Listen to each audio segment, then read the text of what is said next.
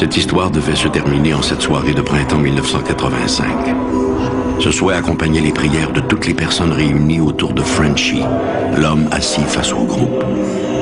La tête penchée en avant, l'homme semblait souffrir intensément, comme si, dans son cauchemar, il combattait un démon intérieur.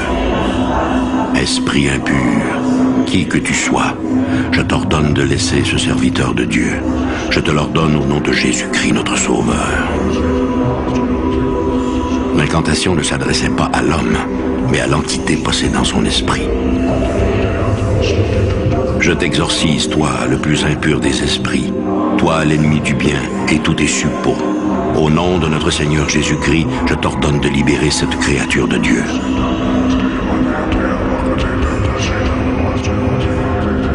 Mis à part le policier qui filmait l'étrange rituel, l'Assemblée, motivée par la peur, priait maintenant avec ardeur.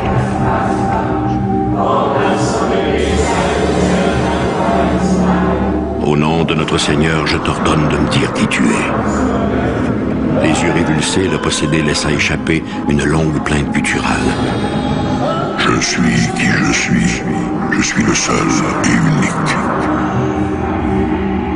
C'était la voix du plus vieil ennemi de l'humanité, la voix du mal en personne.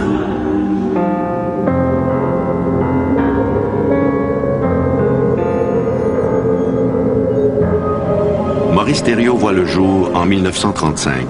Il est le premier-né de Emelda et Maxime Thériault, un couple d'agriculteurs de Sainte-Agathe au Québec. Le jeune Maurice n'a pas encore 10 ans lorsque ses parents décident d'aller s'installer à Fort Kent, dans le Maine, aux États-Unis. Ces années d'après-guerre sont difficiles et le gamin doit travailler de longues heures au champ pour aider son père. Il travaillait sur la ferme avec son père dans le Maine. Il y était obligé, c'était son devoir. Il a quitté l'école en 3e année. Il travaillait à la ferme et s'occupait des tâches ménagères et de ses frères et sœurs. Maurice was a normal kid to a certain extent. Jusqu'à un certain point, Maurice était un enfant normal, jusqu'à l'âge de 8 ou 9 ans. Mais un jour, il a été témoin d'un événement dans la grange. Il a vu son père se livrant à un acte de bestialité. Son père s'est mis à le détester à cause de cela et l'a forcé à l'imiter.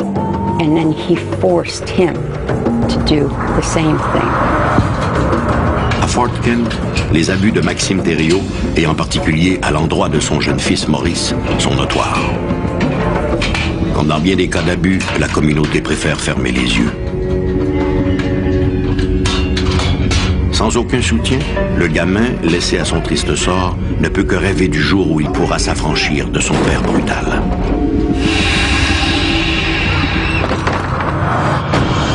Un après-midi, en revenant de l'école, après avoir été battu par son père pour la énième fois, le jeune Maurice s'écrie « Je préférerais travailler pour le diable plutôt que de travailler pour toi. » Et pour le diable, il va travailler.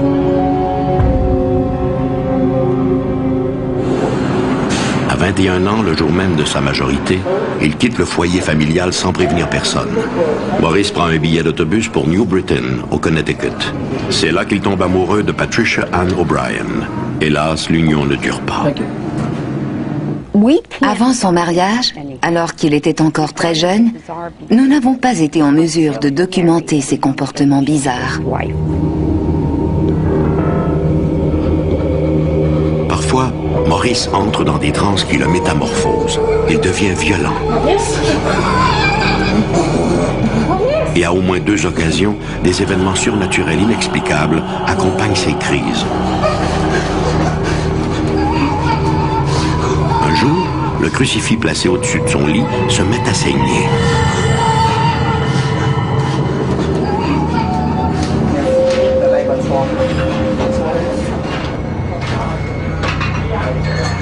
Au moins à une autre occasion, des témoins jurent avoir vu Maurice Thériault à 2 endroits différents en même temps.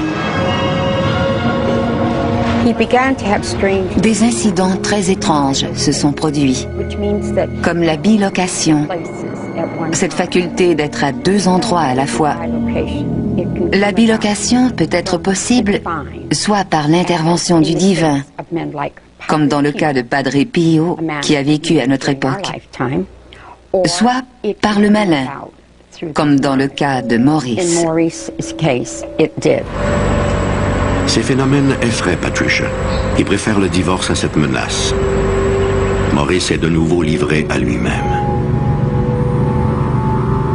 Peu après, il fait la rencontre d'une autre femme, Tina. Cette nouvelle union dans la vie de Maurice Thériault, surnommé Frenchy à cause de son accent, ne durera pas non plus.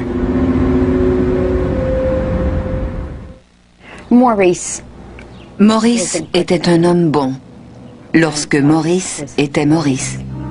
Par contre, lorsqu'il était sous cette influence diabolique, il faisait preuve de pouvoir très étrange.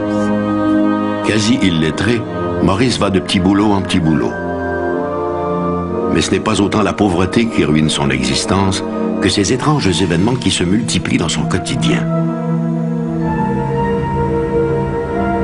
Ses absences sont fréquentes. Maurice perd alors tout contact avec la réalité. Il devient quelqu'un d'autre. Ça a commencé par des petites choses. Petit à petit, j'ai remarqué des comportements bizarres. Même s'il n'avait complété qu'une 3e année à l'école, il a commencé à s'exprimer dans une langue inconnue. Ce n'était pas du français. Maurice could speak in Latin. Même s'il n'avait pas beaucoup d'éducation, Maurice pouvait s'exprimer parfaitement en latin.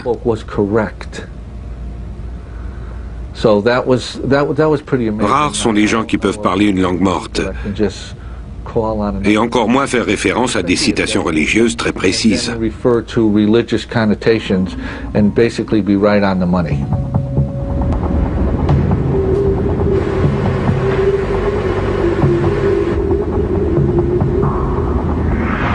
Lors d'une balade en voiture en compagnie de Tina, Maurice est subitement pris d'un malaise trouble. En proie à une crise sévère, il lâche tout.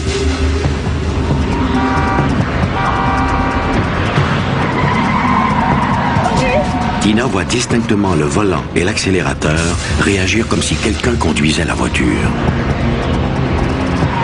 Les tentatives désespérées de Tina pour sortir son mari de sa torpeur demeurent vaines. Tina a la conviction qu'une entité invisible a pris le contrôle de la voiture et qu'elle veut les tuer. Craignant pour la vie de ses jeunes enfants et pour sa propre sécurité, elle met un terme à leur vie commune.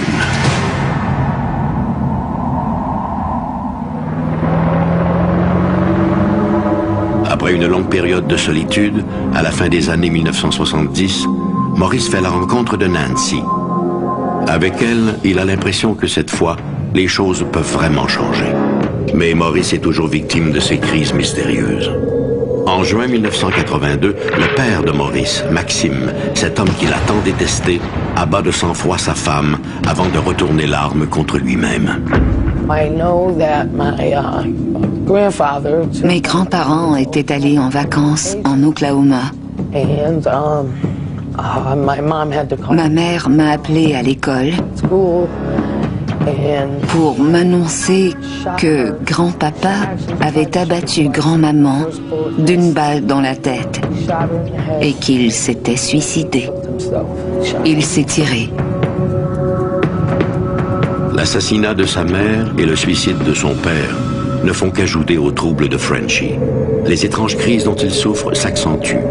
Plus les mois passent, plus Nancy est inquiète pour la sécurité de Maurice et pour la sienne. Inquiet lui-même de ses comportements anormaux, mon père s'est rendu à la police, où on lui a dit qu'il était fou. La situation a empiré. Il s'est résolu à consulter un prêtre. Le prêtre Homer Boyer nous a contactés de Warren, au Massachusetts. Il nous a raconté que des événements très étranges entouraient la famille d'un fermier, un Canadien français de sa paroisse. Il s'agissait d'un homme de certain âge, environ 70 ans, avec beaucoup d'expérience. Il n'était pas du genre à céder facilement à la panique ou à l'exagération. C'était un homme gentil, pieux et dévoué. Il m'a dit qu'il priait à l'occasion avec la famille, mais qu'il sentait une présence malsaine et hostile. Il a demandé notre aide. Dès la première visite, ils nous ont parlé de la lévitation d'objets, des écritures sur le dos de Maurice, qui ressemblaient à des incisions au scalpel, et le sang imprégné sur son t-shirt, qui disparaissait aussitôt qu'il l'enlevait. J'ai été très impressionné par cette première rencontre. Et peut-être à cause de ma profession de policier, très sceptique aussi.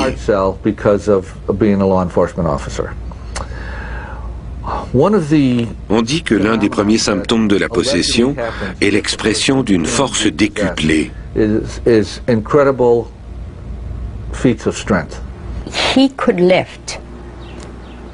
Il pouvait soulever une statue de 200 kilos.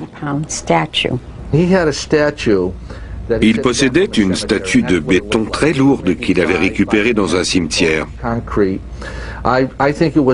C'était une statue de Sainte Thérèse, je crois. Elle tenait des roses, mais les fleurs étaient brisées, et c'est pourquoi on l'avait écartée.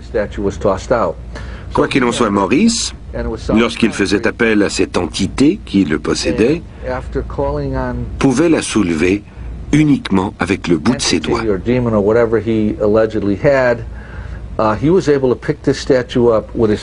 C'était incroyable. Malgré ma stature d'1,90 m et mes 100 kilos, et à l'époque j'étais en excellente forme, je n'arrivais à la déplacer que de peine et de misère. Ils écoutent son récit et prennent note des étranges événements qui, depuis 30 ans, stigmatisent sa vie. Avant d'affirmer qu'il y a possession démoniaque, nous devons la documenter. Notre parole ne suffit pas. Nous avons fait admettre Maurice dans une institution psychiatrique du Massachusetts pendant 30 jours, où il a été évalué par des médecins. Nous pouvons prouver sans l'ombre d'un doute à qui que ce soit qu'on parle de la police, des médecins, des prêtres ou de la famille, qu'il s'agissait bel et bien d'une possession diabolique.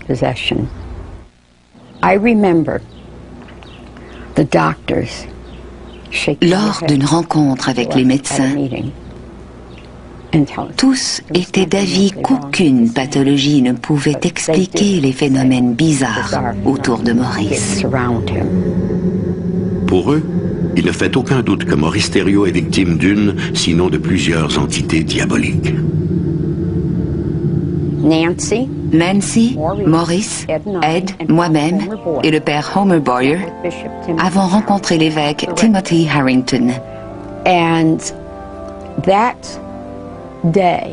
Il a été tellement ému par la situation désespérée de cet homme qu'il l'a serré dans ses bras et lui a dit « Je vais t'aider, mon fils ». C'est ce jour-là qu'a eu lieu le premier exorcisme. Le dimanche suivant, Maurice et Nancy se sont rendus à l'église. Au moment d'arriver en haut de l'escalier, Maurice a fait une culbute dans les airs et s'est retrouvé en bas sans une égratignure. C'est là que nous avons décidé de faire un deuxième exorcisme. Un troisième exorcisme a eu lieu le 2 mai 1985.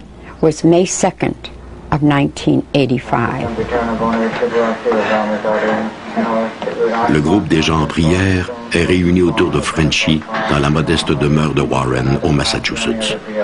Il y a là un prêtre, le père McKenna, 2 démonologues, Lauren Warren et son mari Ed, le policier qui filmera la séance et quelques témoins. Tous participent à ce troisième exorcisme. Après le rituel, Maurice Thériault reprend une vie à peu près normale. Pendant un temps, les Warren vont maintenir le contact avec lui, juste pour s'assurer que tout va pour le mieux, sachant par expérience qu'une rechute est toujours possible. Celle de Maurice Thériault sera brutale. En novembre 1992, 7 ans après l'exorcisme du père McKenna, Maurice Thériault sombre dans un profond état second. Il n'est plus lui-même. Cette force diabolique qu'il connaît bien l'envahit de nouveau et s'impose à son esprit fragile. Au soir du 4 novembre, il appelle l'une de ses filles, Melinda, et lui demande pardon. Il m'a rendu visite. Suite à une querelle, Nancy avait obtenu un mandat contre lui, qui l'obligeait à se tenir loin d'elle. Il m'a demandé de prendre un dernier verre. J'ai refusé car je ne bois pas. Il était bizarre. Ce n'était pas un homme affectueux, mais ce jour-là, il l'était.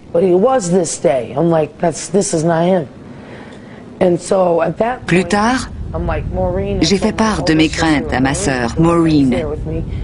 Je lui ai demandé de m'accompagner jusqu'à la ferme pour éviter, je ne savais trop quoi. J'avais l'impression de voir deux individus. Mon père avait toujours dit que sa vie se terminerait comme celle de ses parents. Il avait bien organisé son coup. Je savais que Nancy était au bingo ce soir-là et je voulais lui laisser une note. Nous sommes donc partis en camion. Je voulais prouver à ma sœur que mon père était là, malgré l'ordre de cour.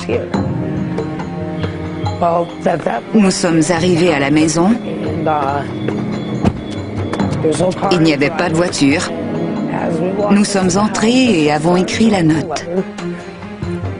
Soudain, j'ai entendu un bruit au sous-sol. Je savais que ce n'était pas le chien. J'ai ouvert la porte et mon père m'a braqué un fusil au visage. Il croyait que j'étais Nancy. Il m'a dit de me calmer. J'ai voulu appeler le 911, mais il avait déjà coupé la ligne du téléphone. Son camion était stationné à 1,5 km derrière la maison, hors de vue. Je lui ai demandé de s'asseoir sur le divan et de se calmer. Je priais pour que Nancy n'arrive pas à ce moment-là. Il s'est excusé d'avoir été un père absent et m'a expliqué les raisons qui le poussaient à agir de la sorte. J'ai essayé de le convaincre que ce n'était pas la solution.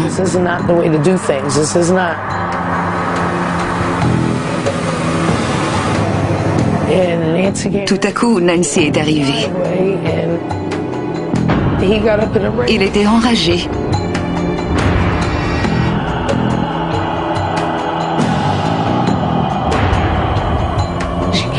Il s'est levé et dès qu'elle est entrée, il l'a braquée et lui disant qu'il voulait lui parler. Mais elle a refusé et insistait pour qu'il parte. Il lui a alors tiré dans le bras. Il l'a traîné dans la maison. J'essayais de l'aider, mais il m'a dit qu'il m'aimait. Puis s'est tourné vers Nancy et lui a dit « Regarde-moi et rappelle-toi bien ceci. » Il m'a demandé pardon et m'a répété qu'il m'aimait.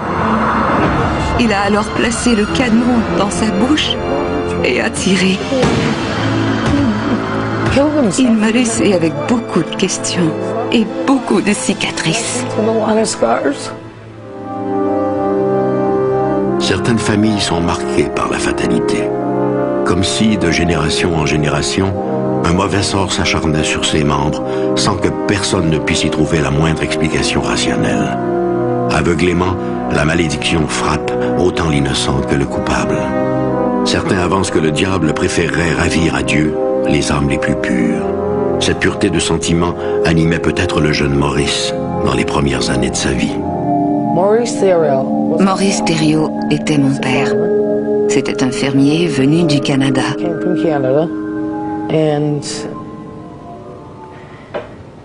Il a vécu une situation difficile.